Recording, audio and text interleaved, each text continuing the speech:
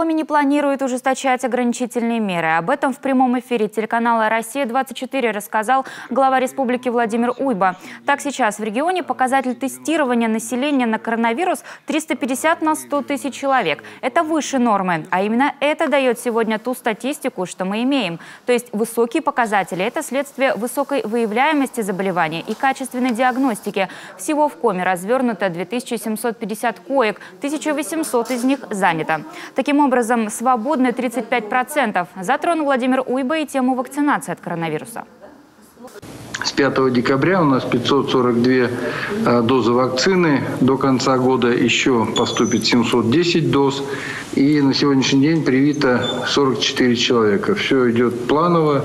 Прививаем в первую очередь медицинских работников, которые непосредственно работают с коронавирусом. Расскажите, что с медицинскими кадрами? Хватает ли специалистов и есть ли дефицит?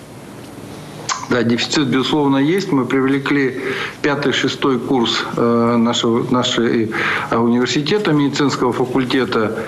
Ребята работают на должности среднего медперсонала. Плюс выпускники колледжев медицинских, они у нас работают как волонтеры. И обратились за помощью к Минобороне. На сегодняшний день 28 человек, докторов Минобороны к нам командировала, поэтому на сегодняшний день перекрываемся по медицинскому персоналу.